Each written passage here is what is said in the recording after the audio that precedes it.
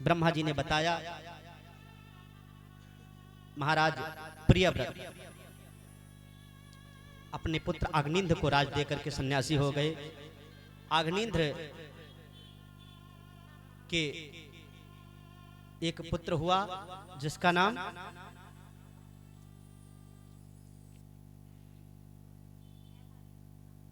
अग्निंद्र के एक पुत्र हुए कौन? सुमति। सुमति के एक पुत्र हुए ऋषभदेव, और ऋषभदेव स्वयं भगवान के अवतार माने जाते हैं। ऋषभदेव जी से ही जैन मत का आरंभ हुआ है। जैन मत जानते हैं? जैन मत, तो जैन मत कहां से आरंभ हुआ है? ऋषभदेव जी जब पैदा हुए तो पृथ्वी पर अकाल पड़ा था, बरसात नहीं हो रही थी। अपने क्षेत्र में अपने तपोबल के प्रभाव से उन्होंने बरसात कर दी। इंद्र को लज्जा आई, अपनी कन्या का विवाह जयंती का ऋषभदेव जी के साथ कर दिया। ऋषभदेव के 100 पुत्र हुए।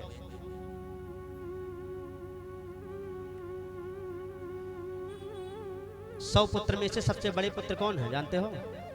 भरत। नहीं भरत, जड़ भरत नहीं, भरत। भरत हुए। 90 पुत्र सन्यासी हो गए। इन्होंने 7 द्वीप बनाए थे, तो अपने 7 पुत्रों को एक एक द्वीप का राजा बनाया। फिर भरत जी जब राजा बने, इन्होंने सन्यास ले लिया। तो सन्यास में क्या हुआ? देखो, संसार में यदि कोई सन्यास की तरफ अग्रसर होता है, सिद्धियां आने लगती हैं, और जैसे ही सिद्धियां आती हैं तो व्यक्ति चमत्कार दिखाना चाहता है। चमत्कारी बन जाए तो हम भी मीडिया में आ जाएं। बागेश्वर धाम वाले बाबा खूब छाए हुए हैं ना, चमत्कार की वजह से, क्योंकि चमत्कार को ही दुनिया नमस्कार करती है, ऐसे कोई नहीं जुड़ता है। तो इनके पास इतनी सिद्धियां आ गई कि इनका शरीर में से खुशबू निकलने लगी। सभी माताएं जाने लगी, बाबा मेरी बहू के बेटा नहीं हो रहा, देख करके बताओ कब होगा। देखो, माताओं के जीवन की एक बात यह भी बहुत महत्वपूर्ण है कि कभी माताएं अपने लिए नहीं मांगती हैं। हमारे पति की नौकरी लग जाए, बहू के बेटा हो जाए, बेटे की गवर्नमेंट जॉब लग जाए, अपने लिए कभी कुछ नहीं मांगती। कि मांगती हैं? मैंने जहां तक सुना है, जहां तक पढ़ा है, वहां तक यही पढ़ा है कि माताएं हमेशा दूसरे के लिए मांगती हैं। ऋषभदेव ने देखा कि बहुत ज्यादा भीड़ भक्कड़ होती जा रही है, तो तुरंत अपने आप को पागल सिद्ध करने लगे। मुंह में पत्थर ठूंस लिया, कपड़े उतार करके फेंक दिए। क्योंकि देखो, जब हम मान बढ़ाई में पड़ जाते हैं ना, तो हम पूजन पाठ का समय नहीं निकाल पाते हैं। 24 घंटे होते, उसमें 12 घंटे सोना है, 8 घंटे हम न्यूज चैनलों में डिबेट में बैठेंगे, कैसे पूजा पाठ करेंगे? मान बढ़ाई जब से आई, तब से किस्मत फूटी, स्वामी स्वामी बजने लागे, लगन राम संग टूटी। परमात्मा से भक्ति जो होती कम हो जाती है। उन्होंने अपने आप को पागल सिद्ध किया, उन्हीं की क्रियाओं का अनुसरण किया। एक अरहन नाम के व्यक्ति ने, अरहन, यहीं से जैन मत का शुभारंभ होता है। जैन का जो महामंत्र है वो अरिहंतारम करके है ना, तो अरिहंत जो थे वो जैन ऋषभदेव जी के ही क्रियाओं का अनुसरण किया था। अब जैन मत कोई हमारे हिंदू सनातन से अलग नहीं है, इन्हीं की एक भाग है, एक शाखा है। कालांतर में भरत जी राजा बने।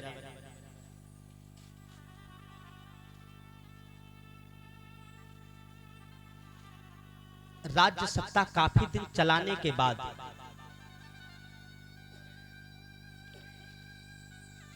अपने पुत्र को राजा बनाया, और ये तपस्या करने के लिए कहां चले गए? पुलहाश्रम, गंडकी नदी के पास में, जो नेपाल में पड़ता है, जहां पर शालिग्राम भगवान निकलते हैं।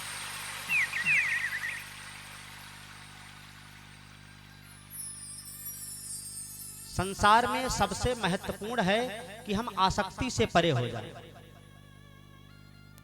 प्रेम करना बुरी बात नहीं है, लेकिन प्रेम में आसक्त हो जाना बुरी बात है। तू मुझे ज्ञान दे, सुख की पहचान दे, प्रेम सबसे करूं ऐसा वरदान दे। प्रेम सबसे करो, लेकिन आसक्त मत हो जाओ, अपेक्षा मत रखो। क्योंकि यदि जब हम अपेक्षा, प्रेम में जब हम अपेक्षा को ले आते हैं, तभी हम दुखी हो जाते हैं। क्योंकि हम किसी से प्रेम करते हैं और पता लगा कि हमने तन मन धन से किसी से प्रेम किया और उसने हमें धोखा दे दिया। तो धोखा कौन देता है? हमने धोखा उसने नहीं दिया, धोखा हमारी अपेक्षा ने दिया, हमारी आशा ने दिया। हमने आशा लगाया था तो हमारी आशा पूरी नहीं हुई तो हम दुखी हो जाते हैं। तो प्रेम सबसे करो, लेकिन किसी से आशा मत करो, किसी से अपेक्षा मत करो। प्रेम सबसे करो, ऐसा वरदान दो। भरत जी इतने बड़े राज्य साम्राज्य को छोड़ करके आए थे, लेकिन यहां पर आकर के एक हिरण के बच्चे में आसक्ति हो गई।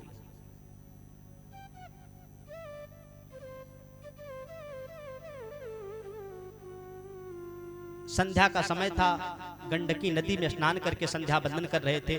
तब तक एक सिंह ने एक हिरणी का शिकार करना चाहा। हिरणी सिंह के डर से गंडकी नदी को छलांग मार गई। गर्भिणी थी तो उसका प्रसव जो था, बच्चा था, वो बीच धारे में उसने जन्म ले लिया। बच्चा बहने लगा। भरत जी महाराज तुरंत उस नदी में कूद करके उस बच्चे को बचाया, अपने आश्रम पर ले आए, सेवा करने लगे। आसक्ति बढ़ती चली गई। अरे इस बच्चे का इस संसार में है कौन? माँ थी, वो जन्म देते ही मर गई, तो इसका मैं ही तो हूं, और मैं ही हूं, ये सबसे बड़ा खतरनाक चीज है। मैं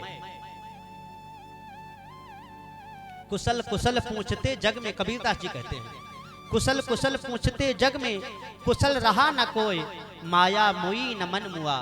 कुशल कहां से हो? मैं और मेरा को खत्म करना चाहिए।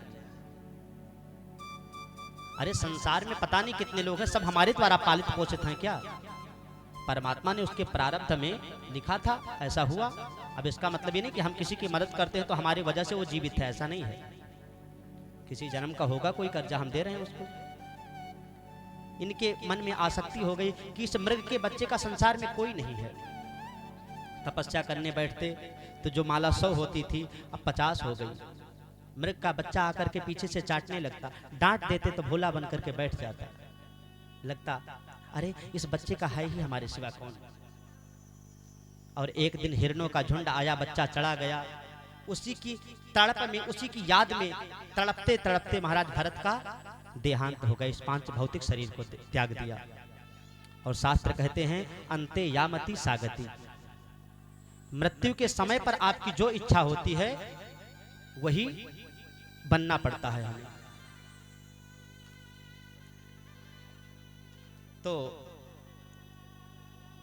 महाराज भरत मृग बन गए, लेकिन भगवत भक्ति के प्रभाव से इनके जो तपस्या का फल था वो विस्मृत नहीं हुआ। इनकी याददाश्त वही रही कि मैं कौन था। जंगल में एक बार आग लगी और उस आग से अपने आप को बचाया नहीं, ये उसी आग में जल करके मर गए। दूसरा जन्म एक अंगिरा गोत्रीय ब्राह्मण के यहाँ हुआ।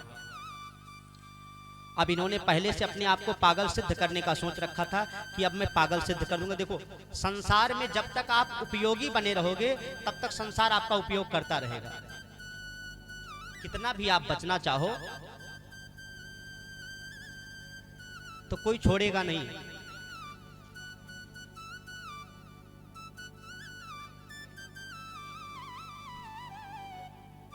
महात्मा जी ने सोच लिया कि अब इस चक्कर में नहीं पड़ना है, पागल सिद्ध कर दिया।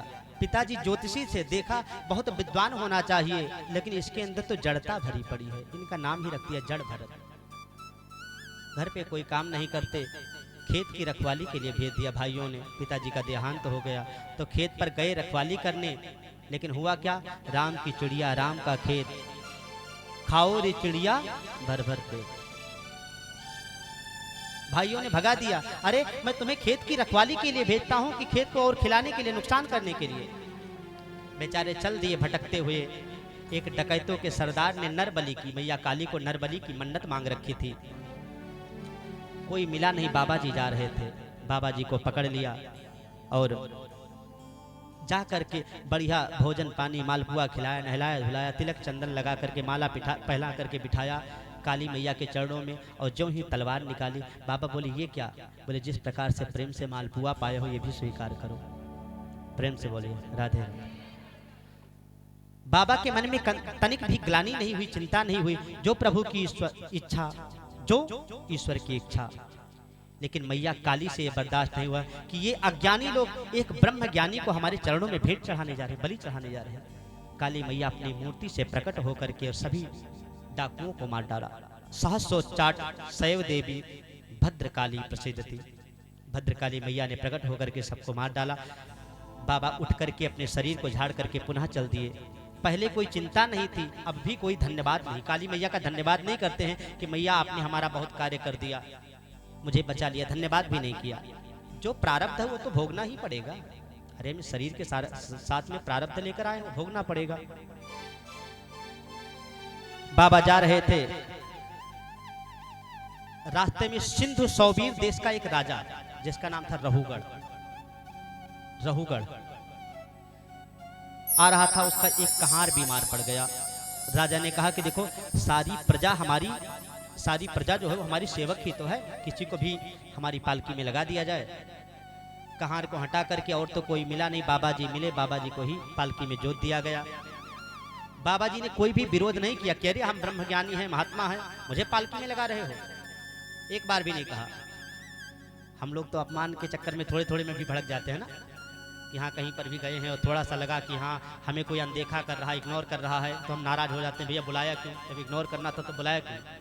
क्योंकि हम अभी शरीरी हैं, शरीर ही हैं, हम शरीरी नहीं बन पाए हैं। जब तक हम शरीरस्थ रहेंगे तब तक मान अपमान से ऊपर उठ ही नहीं सकते हैं।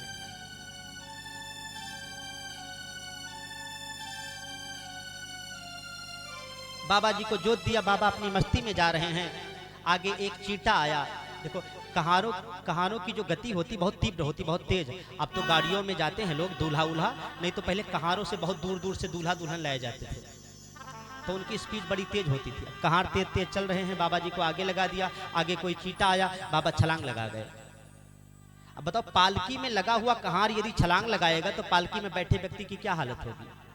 उसका सर लगा चट, राजा नाराज हो गया, भो बढ़ा रहा, अरे तुम्हें चलना नहीं आता, पालकी चलाना नहीं आता है? कहारों ने हाथ जोड़ लिया, सरकार मेरी कोई गलती नहीं है। अरे जिस कहार को, जिस व्यक्ति को अभी अभी नया नया हमने लगाया है ना, वो सब गड़बड़ कर रहा है।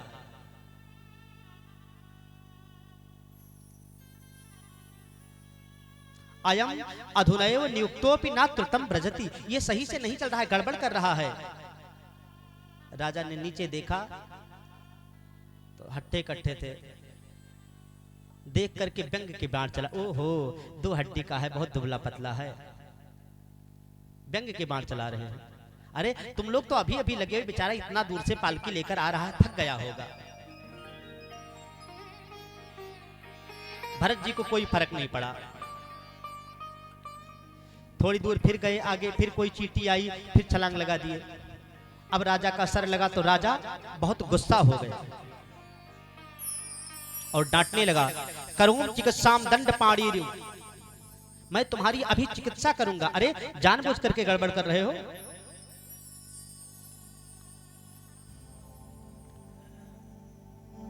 अब ध्रुव जी महाराज, भरत जी महाराज बोल पड़े। देखो अभी तक नहीं बोले थे, लेकिन बोले यदि आज भी हम नहीं बोलेंगे, अपने लिए नहीं बोल रहे हैं, आज भी अपने लिए नहीं बोल रहे हैं, बोले यदि ये अज्ञानी राजा हमारा अपमान करेगा तो ये नरक में जाएगा। और है ये महात्मा, ये सत्संगी है, तो सत्संगी व्यक्ति को नरक में नहीं जाना चाहिए, और यदि हमारा अपमान करता रहेगा तो ये नरक में जाएगा। आज जड़ भरत जी महाराज बोले हैं, राजन किसकी बात कर रहे हो? अरे हमारी चिकित्सा तुम क्या करोगे? मुझे कह रहे हो मोटा हो, क्या मैं मोटा हूं? मोटा हूं क्या?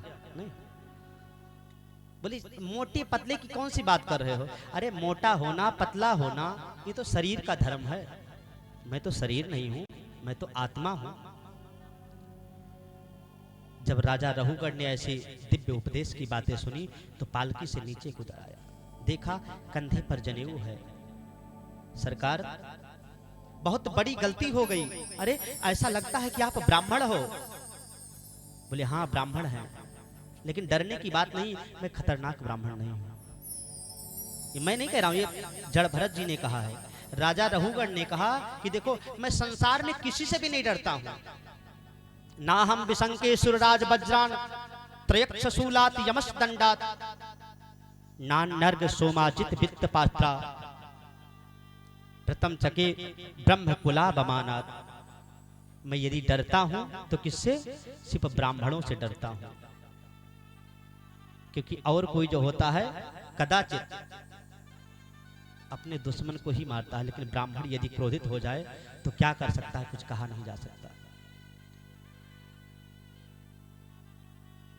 भगवान शिव ने कहा है, इंद्र कुलिस मम सोल विशाला। ओ इंद्र कुलिस मम सोल विशाला, इंद्र कुलिस मम सोल विशाला। ओ काल दंड हरि चक्र कराला, काल दंड हरि चक्र कराला। ये चोरी न कर मारा नहीं मरई, चोरी न कर मारा नहीं मरई। विप्रद्रोह पावक समझरई, विप्रद्रोह पावक समझरई, विप्रद्रोह पावक समझरई।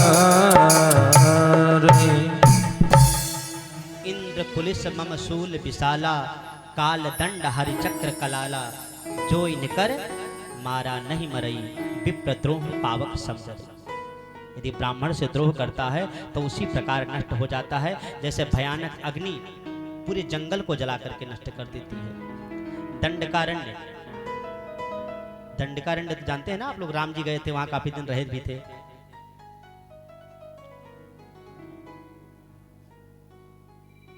दंडकारण्य जो था पहले एक बहुत सुंदर नगर था, वहां दंडक नाम का एक राजा राज्य करता था, और उसने महर्षि भृगु के पुत्री के साथ दुर्व्यवहार किया था, दुराचार किया था। भृगु ने नाराज होकर के पूरे राज्य को ही नष्ट कर दिया था, जला दिया था।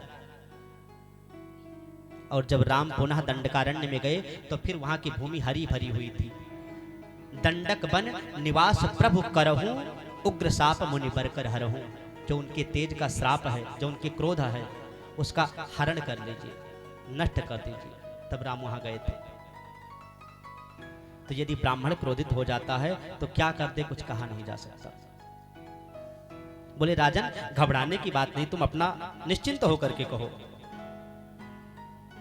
मैं खतरनाक ब्राह्मण नहीं हूं। कस्तम निगूढ़ चरसिजाना, बिभर्ष सूत्रम कतो वधूता। अरे सरकार, मैं तो आपको पागल समझ रहा था, लेकिन आप तो कोई ब्रह्म ज्ञानी मालूम पड़ रहे हैं। आप कौन है? आप मुझे अपना परिचय दीजिए।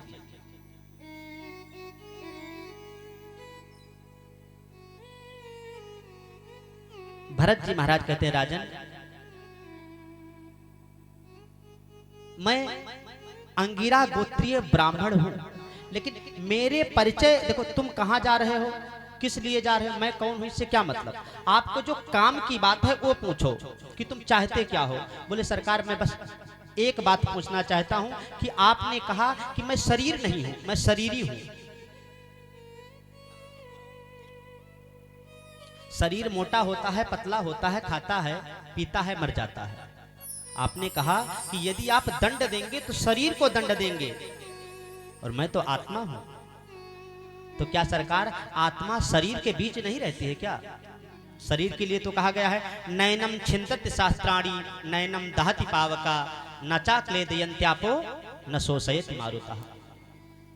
ना अस्त्र शस्त्र उसको काट सकते हैं, ना अग्नि उसको जला सकती है, ना वायु उसको सुखा सकती है, ना पानी उसको गीला कर सकती है। आपने कह दिया कि मैं आत्मा हूं। सरकार, तो एक बात बताइए कि एक चूल्हे पे, गैस पे मान लीजिए, क्योंकि चूल्हा अब नहीं होता है, गैस पे आप एक कुकर चढ़ाओ, कुकर में जल डालो, जल के बाद उसमें चावल डालो, तब जब गैस जलाओगे तो गैस के ताप से कुकर गर्म होगा, कुकर के ताप से जल गर्म होगा, जल के ताप से अंदर जो चावल पड़ा है वो भी गर्म हो जाएगा, भात बन जाएगा। तो सरकार यदि शरीर पर कष्ट होगा तो मन को कष्ट होगा, मन को कष्ट हो, शरीर पे यदि सुई चुभोगे शरीर में तो शरीर को जब लगेगा, इंद्रिय पे लगेगा तो मन को कष्ट होगा, और मन के अंदर जब आत्मा रहता तो क्या आत्मा को कष्ट नहीं होगा? होगा कि नहीं होगा? होगा पक्का, देख लो, क्योंकि होगा नहीं, आत्मा को नहीं होगा कष्ट। जब ये बात राजा ने रखी, रघुगढ़ ने रखी, तो जड़ भरत जी हंसने लगे। अरे राजन, तुम हो तो महामूर्ख, लेकिन बातें विद्वानों की तरह करना सीख गए हो। अको विदा को विद गोद वाद वादान वदस्यथो नाति विदाम वरिष्ठा। यद्यपि तुम बुद्धिमान हो नहीं, लेकिन बातें तुम्हारी बुद्धिमानों जैसी हैं। बोले महाराज कुछ समझा नहीं। देखो यहाँ पर राजा को मूर्ख कह रहे हैं, और राजा रजोगुणी होता है, चाहे तो दंड दे सकता है, लेकिन महात्मा को क्या फर्क पड़ता है, कोई अपमान करे या सम्मान करे।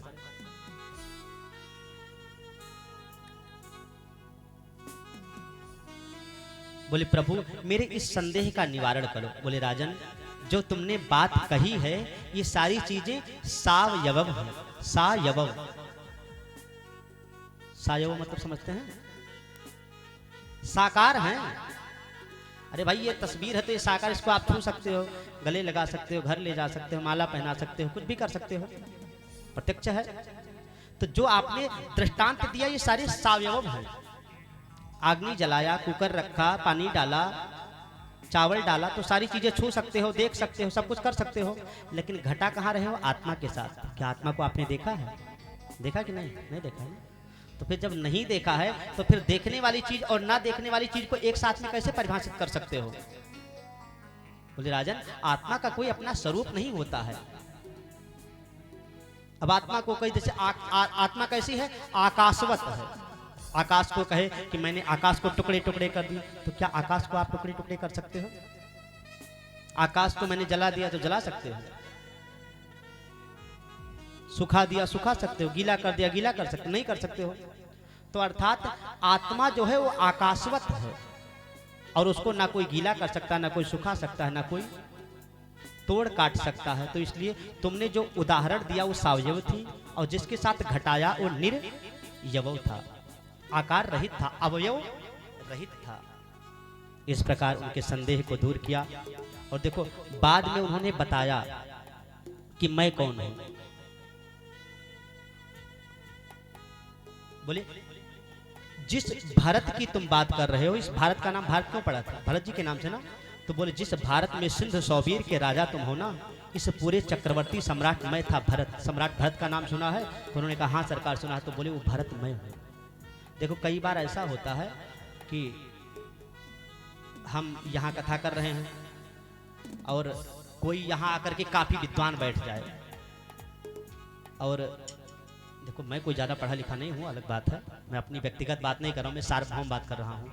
तो कोई विद्वान आकर के बैठ जाए और वो कहने लगे कह रहे महाराज जी ने 2-4 पुस्तकें पढ़ ली होगी, भागवत इत्यादि, बैठ करके प्रवचन कर रहे हैं। अरे मैं तो डीएम था, डीएम की नौकरी को इस्तीफा दे करके, रिजाइन दे करके मैं संत बना हूँ। संत बने हो लेकिन अहंकार वही है, डीएम वाला अहंकार है कि नहीं? कई लोग कहते हैं अरे मैं कोई ऐसा तैसा महात्मा नहीं हूँ। अभी भी मैं यहाँ साहित्य चंडी महायज्ञ चल रहा था तो उसमें गया था, तो एक महात्मा जी आए थे, ऐसे चर्चा होने लगी। कोई बोले अरे मैं ऐसा वैसा महात्मा थोड़ी ना हूं, मेरे घर पे 40 बीघे खेत है, खेत को दे दिया भाइयों को, और हमारी बुलेट आज भी घर में हमारी खड़ी रहती, कोई चाबी नहीं लगाता है, जब मैं जाता हूं तभी चाबी लगाता हूं। क्या सन्यासी हुए? आज भी तो खेत का अहंकार लेकर घूम रहे हो। कई महात्मा होते हैं जब से मैंने घर छोड़ा तब से अपने घर गया ही नहीं। अरे भैया जब तुमने घर छोड़ दिया तो अपना कहाँ रहा? सब समान हो गए। अपना पराया तो फिर खत्म कर दो। संत बन गए तब भी अपना पराया, ये हमारा घर है ये दूसरे का घर है, फिर तुमने छोड़ा क्या है?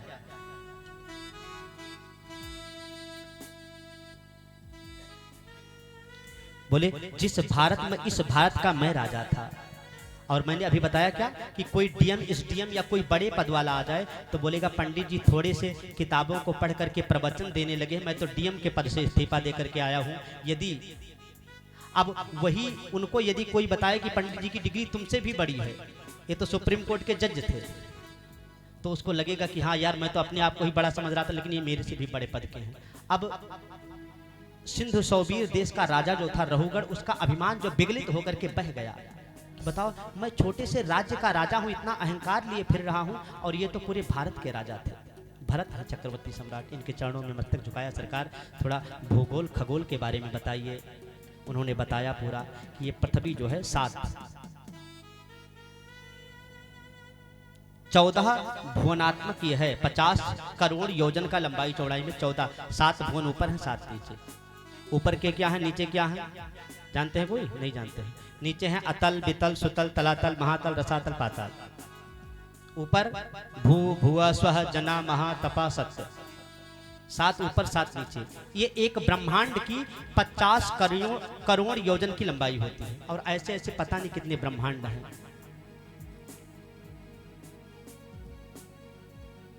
उनका कल्याण कर दिया। इधर राजा परीक्षित महाराज सुखदेव जी से पूछते हैं, सरकार नरक कहाँ है? बोले पृथ्वी के 99,000 योजन नीचे नरक पड़ता है। 28 प्रकार के मेन नरक होते हैं, और नरकों की बात को सुनकर के अंधता मित्र तामित्र कुंभीपाक रौरव महारौरव बैतरणी सालमली तामित्र अंधता मित्र इत्यादि 28 प्रमुख नरक। जब नरकों का नाम सुना तो परीक्षित रोमांचित हो गए। सरकार अरे इतने भयानक नरक है। वज्रतुंड नरकों का प्रभाव बताया, जो अपने घर पे आए अतिथियों को देखता है, बुरी नजर से देखता है, गुस्से में देखता है, वो वज्रतुंड नरक में पड़ता है। वहां उसकी आंखों को गिद्ध निकाल करके खाते हैं। इस प्रकार नरक का बड़ा भीषण वर्णन किया। हम थोड़ा संक्षिप्त में ही चलेंगे। परीक्षित रोमांचित हो गए। सरकार कांप गए, इससे बचने का कोई उपाय? तो बोले हाँ है। बोले देखो नरक जो है एक प्रकार से धोबी घाट मान लो। नरक क्या है? धोबी घाट। जो कपड़ा घर पे नहीं साफ करोगे तो धोबी के यहाँ डालना पड़ेगा, तो अपने घर पे साफ करोगे तो अपना कपड़ा है, थोड़ा प्रेम से भी बुरुश लगाओगे। धोबी के पास जाएगा फिर तो थापी पीटेगा खूब। तो बोले सरकार यदि ऐसा संभव है तो कोई ऐसा साबुन बता दीजिए कि एक ही बार लगाएं चमक जाए कपड़ा। चदरिया झीनी दे झीनी, एक ही बार में चमक जाए। तो सुखदेव जी कह रहे हैं कि राजन नोट करो, मैं साबुन का नाम बताता हूं। केचित केवलया भक्त्या वासुदेव परायणः अघम धुन्वन्तिकास्तेन निहर भास्करः। केचित केवलया भक्त्या, भगवान की भक्ति बड़े से बड़े पापों को नष्ट कर सकती है। उन्होंने कहा सरकार जन्म जन्मांतर के पाप को भगवान की भक्ति नष्ट कर दे, कोई प्रमाण दीजिए। तो उन्होंने एक प्रमाण दिया। कान्य कुब्जे द्विजः क्वचित दासी पति रजा मिला, नामना सदाचारस्तु दास्या संसर्ग दोषिता। अजामिल की कथा सुनाई। अजामिल की कथा तो आप लोगों ने सुना होगा, तो हम कथा को विस्तार नहीं करेंगे। अजामिल की कथा सुनाई और नाम महिमा यहाँ पर बताई कि नाम की महिमा कितनी होती है। आइए हम लोग नाम महिमा का गुणगान करते हैं, पुनः आगे बढ़ेंगे। सब हो गए भव से पार।